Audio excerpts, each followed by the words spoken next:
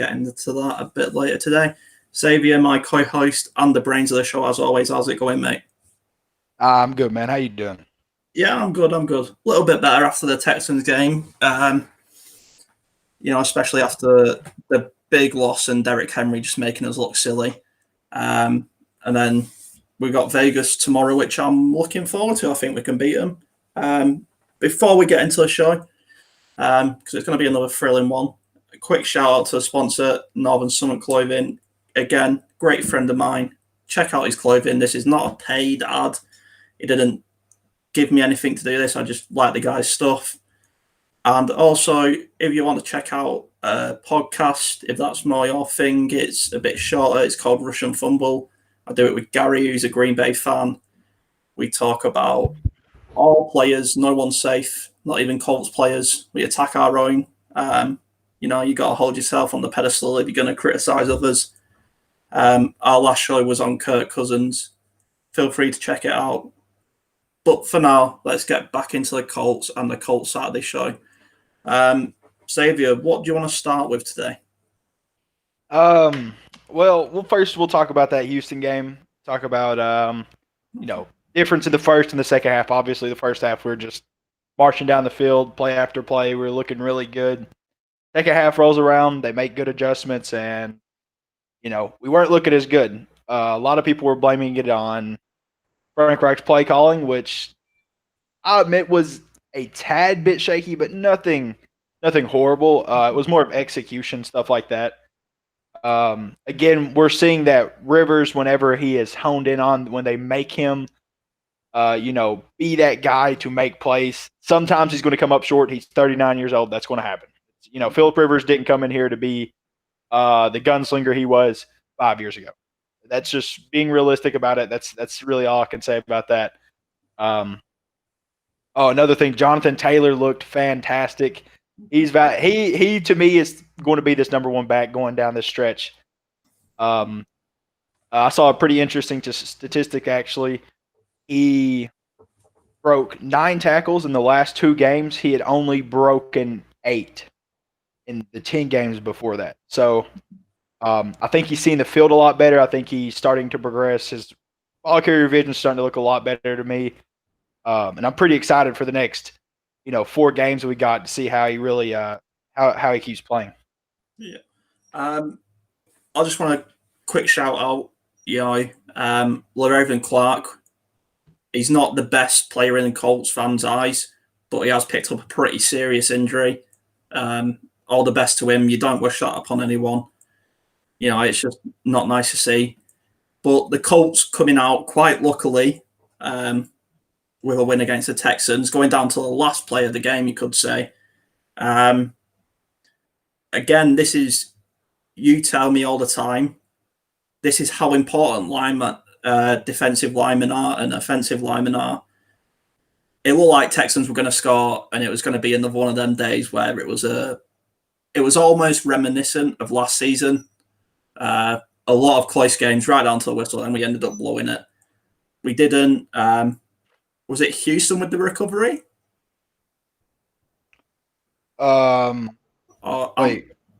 No, we recovered the ball. Yeah, but as in just in Houston. Oh yeah, it was in Houston. Yeah. My bad. Yeah, it just proves, anyone who thinks DeForest Buckner, Justin Houston, and Grover Stewart aren't worth what we paid for them, they need to take a check on themselves, don't they? Yeah, my bad. Grover Stewart's the one that caused the ball to slip out, and then Justin Houston comes up with Anthony Walker came up with the recovery, actually. Right, yeah, okay. So, I'm pretty sure you saw the tweet, but I tweeted, I'd give 10 first-round picks just for DeForest Buckner and Justin Houston. How critical was it getting them back in the side for this Texans game? Oh, man. As soon as they come back, DeForest Buckner had 5 or 6 pressures that game. He was going off. He was pretty much abusing that interior of their offensive line, which I called that. I don't think there's not a single one of them that have a PFF score of over 60. So all of them are sub 50s or sub 60s, I should say, like high 58s. which is really bad. That's way below league average. And when I watch film on them, I watch like the last 3 or 4 games of them. They look terrible. I'm going to be honest. They just don't look good. They look lethargic. They don't look in shape.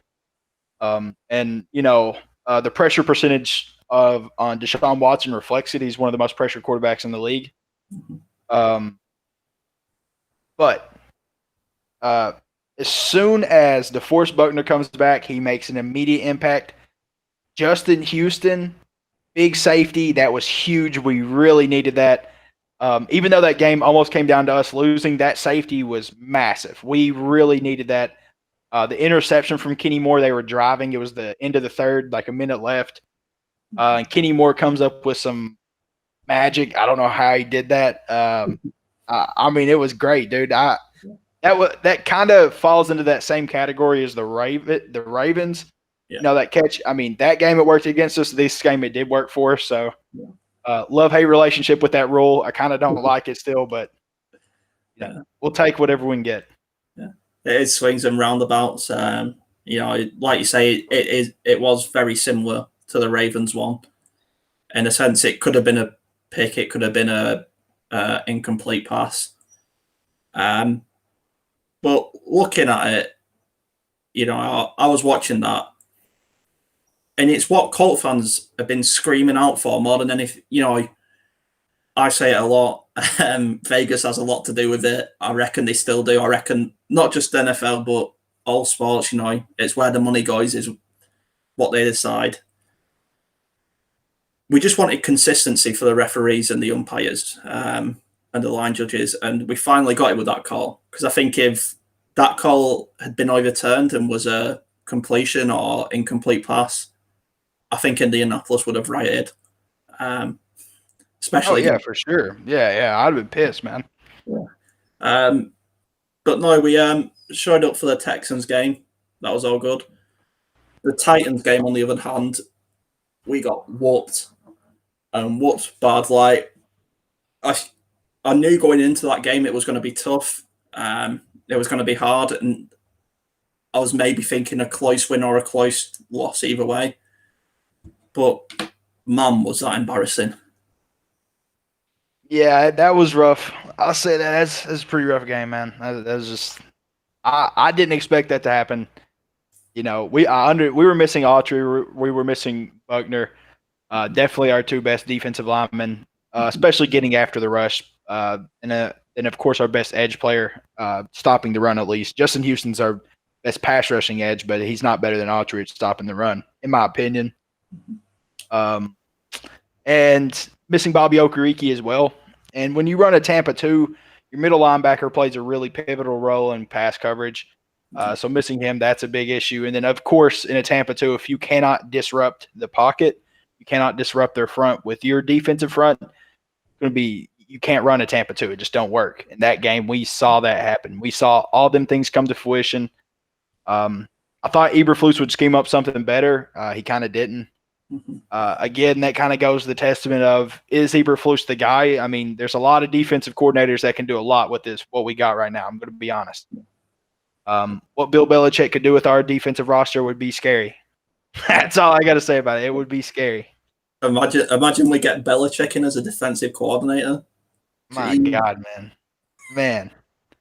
We'd have him, Reich. Dude, that would be so awesome. I don't think Bill's going to stoop to defensive coordinator at his age. I think he's quite set at retiring from New England. But it'd be nice, and we can always dream. One person, we quickly mentioned him, who I have been impressed with the past couple of games, is JT. He's answered a lot of critics recently, I think, with his performances. It's still nice having Nyheim Hines in there to do the speed stuff and the end around stuff to say, but he's just such a powerful runner. He's almost what I'd like to see him become is Derrick Henry Mark II. He's not that. I'm not saying he's that level yet. So Titans fanboys, don't get on your high horse coming at me because I saw. Was it you who got a bit of heat on Twitter? I get heat on Twitter every day, man. I talk a lot of shit on there. I can't lie. JT, he's really come into his own recently, hasn't he? Yeah. He's starting to look like that second round pick we drafted. That Packers game sold it to me, it kind of like showed me as like, all right, he's really starting to progress, which I've seen flashes all year. At the start of the year, he was just kind of like he just looked really indecisive. But the difference between him and Trent Richardson was Trent Richardson couldn't pick a hole. JT can find a hole. He just was indecisive about it. He didn't know what was going to work and what will. Now he's getting his legs under him. He's starting to figure out this league a little bit. And he's getting there. He's getting there. And the thing, like you said, Derrick Henry, he's faster than Derrick Henry. He is about 20 pounds lighter, but he is a little bit shorter. But that just makes him more elusive, in my opinion. I think he is I think he has a little bit more wiggle to him than Derrick Henry. Derrick Henry is just a north-south straight up. He'll sidestep you every now and then, but he's not just putting any crazy move on you. He can do that. Jonathan Taylor can do that. Yeah. He runs for everyone. Derrick Henry, doesn't he? He's almost like a size of a lineman playing running back, and it's a crazy thought when you see him coming at you. It's like, I'm not tackling him. You can do that one. Yeah, you make a business decision on that one. Yeah. And, I think it was the first time in a game, I'm not sure how correct that is, but it was something to do with that against the Texans, where two teams had scored over 20 points or 14 points or whatever it was in the first half, and then only allowed 2 points each in the second half. And I think that just goes to prove, as a Colts team, we tend to play at the level of opponent that we play. You look at when we play Green Bay, fantastic. You look at when we play Jacksonville, awful, terrible. Do you see that working for us, or do you see us coming short in the playoffs if we get to the playoffs? That's a good question. This team can be great. It really can. And as much flack as I give Phillip Rivers, he's been slightly above my expectations for sure. I thought he would have a slow start like he did. And then down the stretch, he cleaned stuff up, getting comfortable in the system, comfortable behind this offensive line, play better, which he has. But the thing that I really don't know is how this team will respond in adversity, especially against a good defense. We saw a couple games where Phillip Rivers has really struggled. The Browns game, that was earlier in the season, so I'm not going to really hold it against him at this point. But the Ravens game was a real big issue for me because the Ravens do have a good defense. They easily have a top 10 defense. Personnel-wise, you could almost throw them top 5, but definitely top 8 area. They're really well coached. Harbaugh's a great coach. He's got Super Bowls, defensive mind. And, whenever you see performances like that, it's kind of alarming because the fact that we couldn't move the ball the whole second half is an issue. And Wright can only scheme up so much, Eventually, somebody's got to make a play. It's just how it works. Hopefully, what I'm banking on is that our running game will come alive. Since Jonathan Taylor's starting to look better, it's going to come alive in these last, 4 weeks, and we're going to make a huge push into the playoffs. That's what I'm banking on. If you've watched the games the last, 2 or 3, Hines was great versus the Titans week 10, but since then he's been awful. Below 2 yards a carry. Same with Wilkins. I think it's time. Last game, Wilkins and Hines had as many combined carries as Jonathan Taylor, and they both averaged for less than 2 yards a carry. And that's running against one of the worst defensive fronts in the league. We need to give Taylor the ball. We have to give Taylor the ball.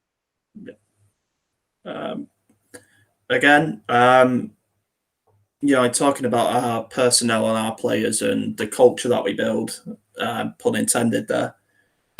Did you see the interview with TY where he was like, Marvin did it for Reggie did it for me, so now he's doing it for the new guys?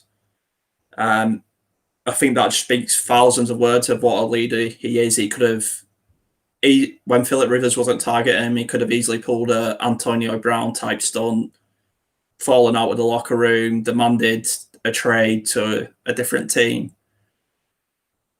But does that just show what am I trying to say? That what Frank Reich can do in a locker room rather than on the field is equally, if not more important. Yeah, for sure. Frank sets a really good atmosphere. That's the one thing I love about him. And again, I'll probably bring up the Eagles when I talk about that. I mean, you see the Eagles, you see how they play now. Doug Peterson is just not the guy. It's pretty obvious Frank Reich was the mastermind over there in their Super Bowl run. And you know, a guy like Ty is a lot more humble too. He's a humble guy. He comes in, he clocks in, puts his work in, stuff like that. He was just paying a little rent when he went down to the Texans. All right, that's all he was doing. He went down there, visiting his kids, had to pay a little rent, and pay a little child support, and then get his 100-yard mark and his touchdown. It's just what he does at Gillette. Yeah, he certainly does. He loves playing against the Texans. For some reason, he just likes to rip their team apart. They can't stop him. But a guy who is an absolute stud for the Colts at the minute is Mike Pittman. I know you speak highly of him. We've got to remember this guy was a second round. When I say we picked him up, second round rookie. Could have had quite a serious injury. Turns out it wasn't as bad as we initially thought. Now he's back. He's got back into the groove, and he's looking like it's going to be another great find by Chris Ballard in the draft.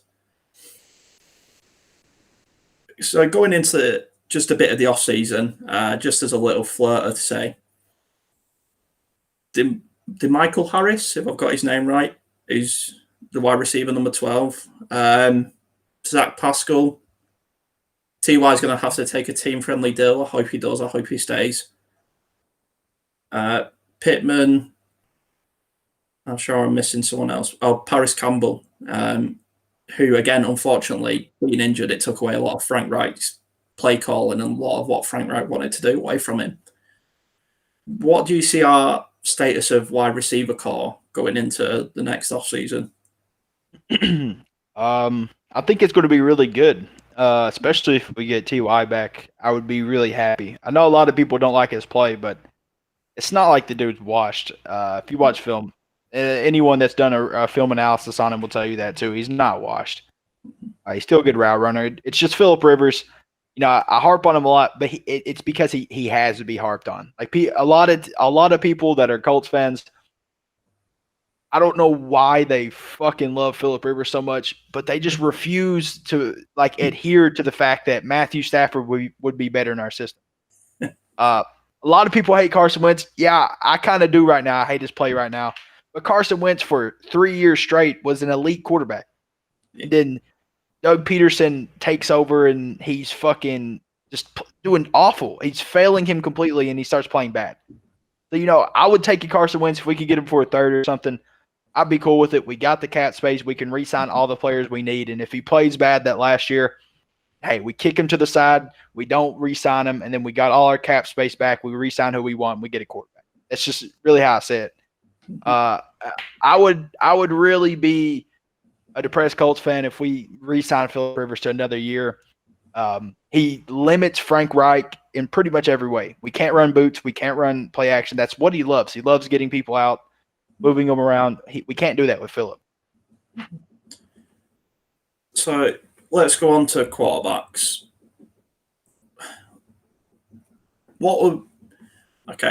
Convince me or tell me what would be wrong with Jacoby as a starter next year? There's just too many ifs. That would be my issue with it. Right. Okay. I like Jacoby. I like what he does well, which is extend plays. It's really hard to sack the guy. He's 250. He's really mobile. He's kind of like Cam Newton, just a little bit slower. My main issue I have with him is he refuses to throw the ball deep. And in Frank Reich's system, can't do that. You really cannot do that. You have to throw the ball deep. And Philip Rivers hasn't been able to throw the ball deep, so that's 2 straight years of, I keep bringing that up. I hate because a lot of people are hating on Frank Reich, man. It's killing me on Twitter. I keep seeing that, and they're going to hate on him until management's like, all right, we got to get rid of the guy, and then we're going to be in poverty for like 10 years. Yeah, it's just he refuses to throw the ball deep, which he has an incredible arm. So I don't understand that. Like the dude's got a cannon of an arm, but he won't. I think whenever he was starting, he was 31st in target depth. So he was throwing the ball average like 3 or 4 yards down the field. So he just kept checking down. He was too scared to go down the field. And that was my main issue. Now, if he could fix that, yeah, I'll be fine. Like he has all the intangibles. He's a smart player. He doesn't turn the ball over. No, he does everything correct except throw the ball where it needs to be.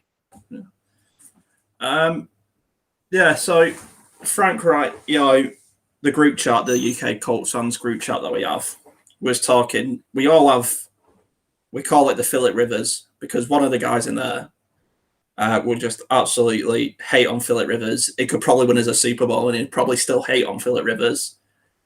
My guy is Matt Eberflus. I think it's more the players on our defense make him look better than what he is. I think he can get out of his depth pretty quickly. Do you have a Philip Rivers guy on the team? I don't know, man. Our roster's really good, so I can't hate too much. Like Philip Rivers would be the only person I can really give a lot of flack because we win despite of him, I guess. But if I had to think of one person right now, yeah, I'd have to be Philip. I can't do anyone else. Everyone else plays so good, man. Yeah. Also, big shout out to Rodrigo Blankenship, who is still leading the Pro Bowl floats in kickers. Deservedly so. What an absolute legend that guy is. I hope he's in Indy for his career. And just on a bit more serious note, hopefully get well soon to Rigoberto Sanchez. Just for those who don't know, he got diagnosed with cancer. Was it just before the Titans game or the Texans game? One of the two. Yeah, Texans week. So he's gone into his all the medical procedures and he's recovering now. So that's looking like it's going to be good and he's going to recover. But just what an absolute career Rigoberto Sanchez had. He took over punter of the decade, Pat McAfee. And for people who don't watch a lot of American football, probably don't take punting seriously. And a lot of people who do watch American football don't take it seriously and think it's just a easy job, But you look at when we played the Titans the first time round, how important punters are. So do you obviously you would have liked Rigoberto Sanchez, but what was he to you? Did you see much of him? Did you go, all right, this guy can punt the ball? Yeah. He's definitely a Pro Bowler. That's for sure. I don't think they had him on the Pro Bowl ballot just because he was injured. Yeah. If they did, I definitely voted for him. But he's a great player, and it's special teams is one of them things where, if it's average for you, you're okay. It don't matter. That's really the only thing that gets special teams a knock. But if special teams are bad on your team, fan bases can riot. Everyone's going to riot. It's just bad. Like the Titans went and picked up this guy that was delivering UPS boxes, you see the result. And I get he shanked one, and then the other one's blocked, but they were both on him. He took like 4 steps before he punted that second one. You just can't do that. Yeah. Anyway, big shout out to a guy who you keep telling me this guy's good, Danny Pinter, who got snaps at centre. I'm going to say his snaps weren't the best. They were a bit low. And when you're snapping to Philip Rivers, you don't need an old man who's 90 years old trying to bend over to pick the ball off the ground. But first game, rookie, probably not really sure what he's doing. It's a big change from college to NFL. What do you take of Danny's performance? What do you take away from that? I saw a few plays. I didn't watch his whole film. I really wanted to. I was thinking about doing a film analysis on him. Yeah. But he looked pretty good from what I've seen. He looked well. He definitely doesn't have the strength yet, NFL strength, but he has the speed.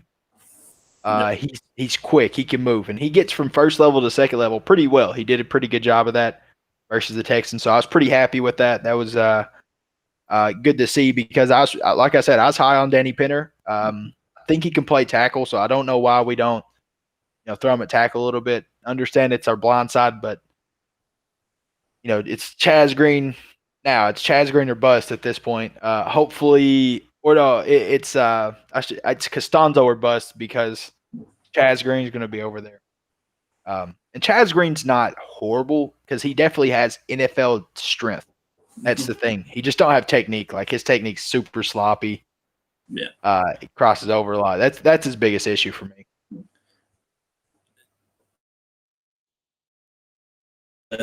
Again, people who don't know as much as about offensive line positions and stuff like that, sloppy technique, what you pick out from that makes you think, okay, this guy needs to work on this. Just the way whenever he would pass set, his feet, he'd never kick slide. It's just like he's moving around like a regular person. He's not like whenever you see an offensive lineman pass set, they're going to keep their feet, a 6 inch. Well, in the NFL, it's not 6 inches. In the NFL, their feet are offset by probably 2 feet, and then whenever they jump off the ball, they're going to kick back, drag that front foot. That's something he doesn't do. He just kind of nonchalantly goes about it. And, he's a backup. That's what he does. But there's a couple plays that did impress me, though. And the couple plays that did impress me was a pass set, and this guy comes off the ball, and Quentin hits him initially, and then Quentin goes away, and whenever he goes away, Chaz Green just comes out of nowhere and just smacks this dude and rolls him on a pass set. He hit him hard, dude. Like, the guy has NFL strength. So I was really impressed to see that.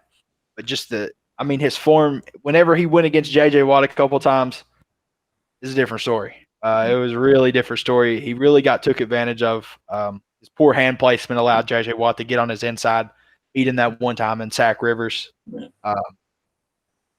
He's a backup. He's a backup for a reason. But if he would work on his footwork, he would probably be a quality backup. Yeah. Let's get it straight. He did have to go up against J.J. Watt, who is by no means an extraordinary pass rusher and extraordinary, the end.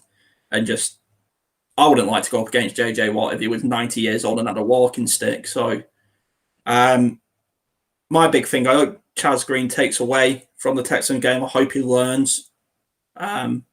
Is Costanzo back for the Vegas game tomorrow? I heard a lot of people say that. I'm not.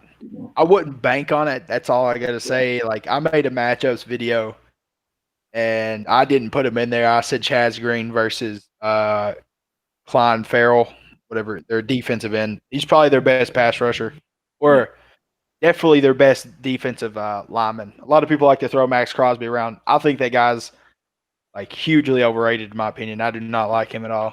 But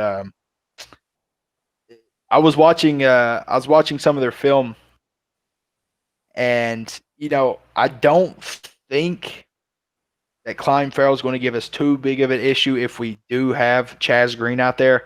But if we had Anthony Costanzo, we are for sure good. We are solid. Yeah. So I hope Chaz can learn from the Texans game. I hope he can take the bad with the good, take it in his stride, get better for the Vegas game because. And let's be honest, he's got a great tackle to learn behind in Anthony Costanzo. What a player he's been for the Colts. what else to talk about the Colts is the Texans game was frustrating. It felt frustrating because it felt like we never kicked out of second gear. It felt like we made silly mistakes, sloppy coverage, especially in the middle. For some reason, we just refused to defend the middle of the park. I don't get it. What I'm trying to get across is, are we just a one-trick pony? And as soon as a good quarterback finds a way to beat us, he's going to beat us, or do we have a lot more to offer than rush for, rush for, rush for, rush for? I mean, man, if we could actually just bring him down, we would have destroyed them that game. Like, I felt like we were back there all game, and it's like Deshaun Watson's got fucking grease on him or something, man. It's the dude never gets tackled. I mean, never. Like, we probably missed 4 or 5 sacks on him that game. Yeah. It's like every time we get back there, I'd be ready to jump out of my seat, and then boom, they miss. And I'm like, man. Yeah, dude. Give you a headache straight away. Oh, man. Another guy, again, this rookie class, especially the past draft. When we first got this draft over with in the last off season, it was nothing really to write home about, was it? It was, yeah, we picked up good players, but but look at what these rookie done. And again, another one, Jordan Glasgow. What an absolute monster this guy is on special teams. Puts in work, man. Yeah. What is it that makes, a draft class go from, yeah, that's good picks, to, okay, these guys are something special? For a lot of people, it's recognition. For me, it's especially if they're on your team, you see them balling out, you're going to say it. Yeah. Jordan Glasgow has definitely earned that, even whenever they put him into the lineup because of the injuries to the guys like Okereke and Anthony Walker, Leonard, whenever he was injured. He played fairly well. I mean, he was a 5th-round pick. He's not just ready yet. Mm-hmm. But he has played well. Whenever he's been in there, he's been a really good player. And then on special teams, like you said, he's been phenomenal. He's been one of the best, if not the best, special teams player I've seen. He's the wedge breaker, even though you can't wedge anymore. But they still got 2 people that run up the middle to block. He don't care. I mean, he's fearless, dude. Like, he does not care. He will run right into them. No regard for human life. Doesn't care. He's going to run right into them. That's something I do love about him. Just before we dig into the Vegas game tomorrow, a fun little question. If Frank Reich was to step away from being coach, which college coach would you have in? Texas A&M has a really good coach right now. I mean, Nick Saban, he'll never leave, but if Nick Saban said he wanted to come up and coach, hey, come on, buddy.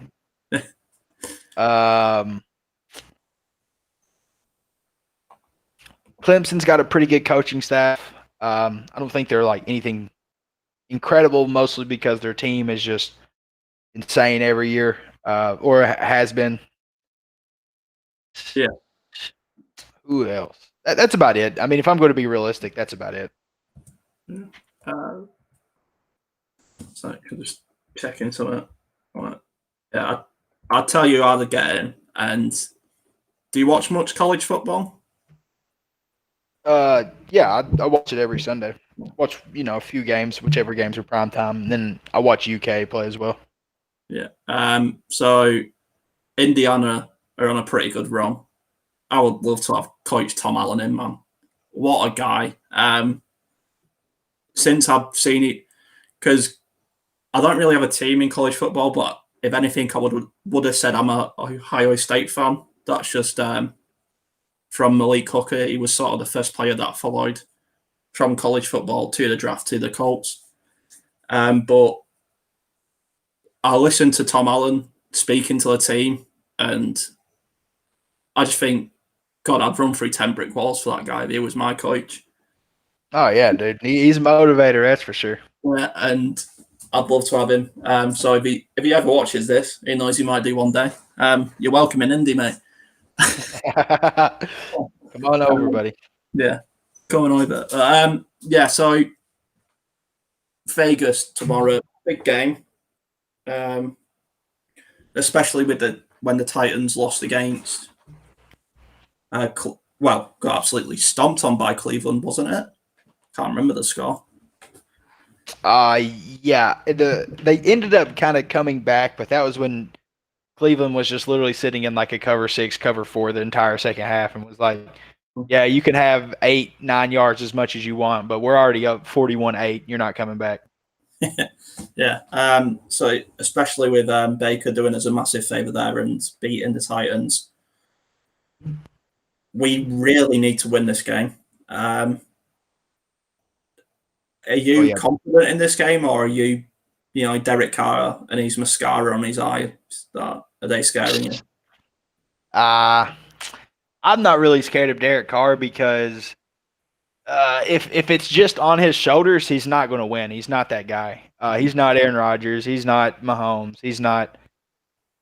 He's just a cut above Jared Goff, in my opinion. And Jared Goff has to have a lot of things working for him offensively for it to work. And what I'm hearing is that Josh Jacobs probably isn't playing this game. And if he does, he's going to be at like 50%. So, you got a backup running back. You have one of the best running backs in the league that's not playing. You got a beat up offensive line. Trent Brown's not playing well at all. He's played horrible. And he's been one of the best tackles in the league. Rodney Hudson's played bad this year. He was the best center last year in the league. He was easily the best. And this year he just hasn't looked anywhere near it. Yeah, he's going to have issues. He's going to have issues. I don't think Darren Waller and Derek Carr can beat this defense alone, even though every Raiders fan I've seen on the internet thinks so. They're like, oh, what are you all going to do about Darren Waller? Well, I mean, Darren Waller's a tight end, dude. He's not Kittle. He's not Kelsey. Yeah, we'll just we'll stick Okereke or Leonard or Walker on him. It'll be fine. Yeah, exactly. Yeah. It's what I see is big for us in this game is if you put both lineups on paper. So if you look at both lineups on the screen, and you had to choose one, you'd choose the Colts lineup any day of the week. But it's one of them games where we've seen it before. We can trip up. We have done, Jacksonville, Cleveland, even the Baltimore game. I thought we was a better team. We just tripped ourselves up. We don't tend to get off to a fast start. We did against the Texans, but then on defense, they walked all over us, really, to say. So it's important to get off to a fast start in this game, is it not? Yes. That's the big thing about this offense right now. Again, this comes back to Phillip Rivers. Like, Phillip Rivers isn't a guy it's going to gunsling us into a game against good teams or teams that aren't the Bengals. It's just how it works. He's not going to be able to do that. And so for us to win, realistically, we have to have the game start good. If we have a bad start like we did against, the Titans, we're going to have an issue. Now, there is one game that was different, and that was Green Bay. And that was miraculous. I don't know how we did that. I have no clue in my mind. We went down 28-14 at halftime. I about turned the game off. I was like, dude, this shit's over. But then our defense just came out and they were making plays. Our run game was working really well. There's a lot of things that have to kind of go into this offense to make it work. And especially if our defense is having anywhere near a average day, we're going to be bad. We're going to have a bad time against this Raider squad, because I give them a lot of respect. 3 weeks ago, this Raider squad was like playoff contention for sure. Now they're at this point where it's do or die. They're going to come into the game with that mentality. They want to win this. And we'll see. We want to win it just as bad. We want to make the playoffs. we want to be there too. But I think our guys will pull it out. I'm fairly confident in that. I think our roster is better. I think our coaching staff's better. I think we're just overall a better team. Right. What else was there? Ace Lossman. I was going to talk about something. Have you got anything that you want to get out there? Just while I try to remember what I was going to say. Yeah, sure. Julian Blackman. I was going to bring him up too. He's been playing really, really good, especially the last couple games. I think his coverage. He's graded in the 80s in coverage, which is like really high compared to pretty much the entire league. And he's going to play a big role. I think we'll roll him down a lot. Try to disguise coverages with him down there. Maybe roll him out to the flats. Bring him down in some kind of invert package. And I really think he's going to have an interception this game. If Derek Carr's throw interceptions, it's to safeties. Yeah. In this game, I'm betting Blackman has one. Yeah. Okay, so I remembered who I was going to bring up. And I fucking love this guy, Kenny Moore. What an absolute baller. Who I believe, if I got my facts right, we picked up as a free agent off New England's practice squad or something like that. And that just makes it a little bit even more sweeter than what it was. Oh, yeah, has to. Like, it makes you question, did he just not fit into the system at New England? Because you pick Bill Belichick to spot that talent and say, I'm having that guy. Bill Belichick probably plans on finishing whatever record 8-8 on purpose because he knows that the Jets are going to have the first pick. He probably, he's got his Ouija board out. He's worked out the next 5 years of picks. That's just Bill Belichick. Ouija board. How does a player like Kenny Moore just go unnoticed in the system? Is he just one of them guys that slits through the cracks? Actually, I saw a quote from Belichick about him. Mm-hmm. And the reason that he wasn't kept was because they probably already have the best secondary in the league. I mean, they got Jackson, they got Gilmore. Them two guys are probably both top 5 corners. Yeah. Gilmore for sure. He was the defensive player of the year last year. And then Jackson could be made an argument he's a top 5 corner. And then they got an incredible depth as well. So Belichick actually had to cut him because he already had this great cornerback core. And he talked about that. He was like, yeah, I hate to see him go. I think he's an incredible talent, but I just can't keep him because of who I already have. Mm-hmm. And now it's definitely bit him in the ass because his slot corner is not as good as Kenny Moore. No. He at the time, he probably thought he was, and he might have been at the time. But Kenny Moore's really progressed in the system. He is starting to look like a stud, man. Mm-hmm. A stud. And a player, you could say, because of his size, goes unnoticed a lot. He's one of his best talents is coming in on a disguised blitz, and people are like, where did he come from? Because he's so small. Back onto the offensive side of the ball. Back onto quarterbacks. You mentioned Carson Wentz. I think it'd be terrible if we took Carson Wentz. I'm not a fan of his.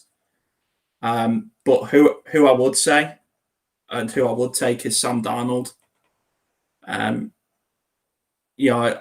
love to take Matthew Stafford, don't get me wrong, but do I see us getting him? No, I think he'd take up too much cap space, and I think it's that you can't teach an old dog new tricks. Look at Rivers with his with his deluded throwing style, with his arm out here and stuff. Probably hasn't had Tommy John surgery yet, to be honest. Yeah. So I really hope we pick up Sam Darnold. Do you think we're a reasonable landing spot for Darnold? Oh, yeah, for sure. I think us, the Patriots, and the Steelers are like the top 3 teams in contention for him. Mm-hmm. It's just whoever makes the best deal to the Jets, I guess. I wouldn't give up a first-round pick for him. If other teams want to, they can have him. That's all I got to say. Even though I'm really impressed with his talent, and I would almost bet my life savings if he came to the Colts, he would definitely be a much better player. But the thing about Darnold is his ceiling is higher than Tannehill. Mm-hmm. Like Darnold can be better than Ryan Tannehill. He has the intangible, like he has the play style to where he can roll around out of the pocket. He can sit back in the pocket, make plays. Like he can do all kinds of stuff that Tannehill can't. Mm-hmm. And that's why I would agree. I mean, if we could get Darnold, I would be ecstatic, but I just don't see it happening. I think the Steelers will try to go after him. I think the Patriots, if they don't get Zach Wilson in this draft, will 110% go after him. Mm-hmm. And that's the biggest issue right now. I think we're going to have a little bit too much competition there. But yeah, Carson Wentz is a hypothetical. Like, if we could get him for cheap, I'll be all for it. But, like you said, I'm not a fan of how he's playing right now. That's my biggest issue. He's playing hero ball. He's trying to do kind of what Phillip Rivers did at the Chargers in down years, just try to will him into games. And he's not that guy. Phillip Rivers was never that guy of that. He could just will a team into wins. Mm-hmm. Things just had to be right for him. Yeah.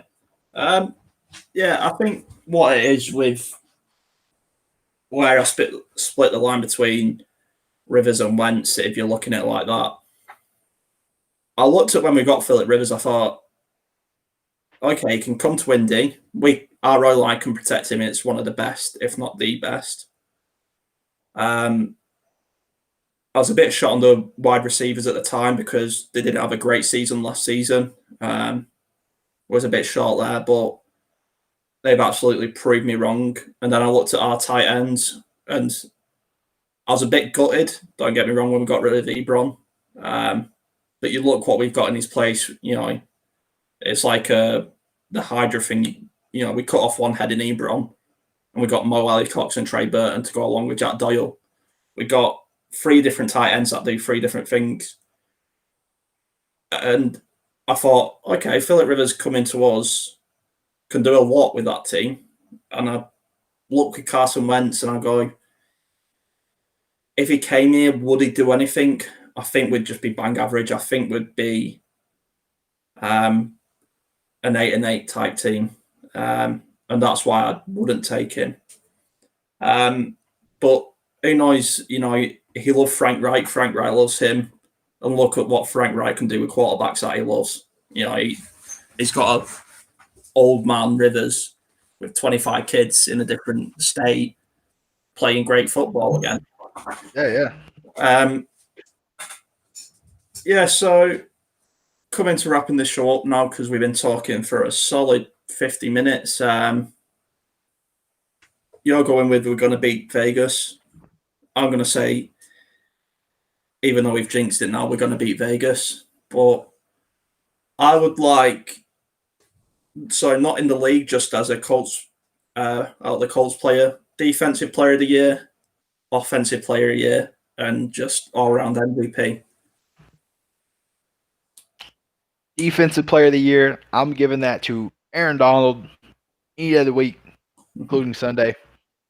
Offensive player of the year, give me Mahomes. I mean, Mahomes is balling. And an MVP, give me Mahomes as well. Dude is just a stud. I mean, dude, why's Kansas City got to get him, man? No one expected him to be good either, is what pisses me off. No one was looked at Mahomes was like, Mahomes is going to be great. This dude just comes out of nowhere and is just like best QB in the league, and then just throws 50 touchdowns. Why can't we get luck like that? We did have luck like that, but we didn't protect him. Yeah, that is true. We did have luck like that. I'll never forgive, mate. I'll never forgive Ryan Grigson. As much as I love Chuck Pagano and what a guy he is, I'd never forgive him for not protecting a generational quarterback in Andrew Luck who deserved more than what we give him. He deserved a Super Bowl. There was talk, there was slight whispers. Von Miller said it. There was the little whispers going as we're drawing closer to the off-season that, will he come back? But I think he's done. I think he's played his game. He wants to stay at home with his kid and his wife and have a good life. So all the best to him. Just last thoughts. I think This Colts team is promising. It's got a promising future. If we can draft well this offseason, I don't see why this can't be the start of a dynasty. Yeah, I agree. If we could get a quarterback this draft, I think there's 4 that can be quality guys in this league for sure. That's Trey Lance, Zach Wilson, Fields, and of course Lawrence. And then there's 2 big ifs, and these are if players. These are guys that could be great, and someone just has to take a shot on them, and that's Kyle Trask and Mac Jones. And I would say Trask is a cut above Mac Jones currently. A lot of Mac Jones touchdowns come because his receiving core is the best in NCAA, and they just get open. That's just how it really works for him right now. And I think I would take a chance on Kyle Trask if we could in the second. I wouldn't do it in the first by any means, but if we could get Kyle Trask somewhere in that mid to late second area, I would take a shot any day of the week. Let him and Eason battle it out for the number 1 quarterback, and we'll have a starter and a quality backup. Is that Kyle Trask as in Trask? Yep. And who does he play for? Florida. Okay. So that's been the Colts Saturday show. The hottest take is the Colts are drafting Kyle Trask in the second, and he's going to be a Super Bowl quarterback every year for the next 10 years. And we are now a dynasty. You heard it here first. Thanks very much for watching. See you all next week.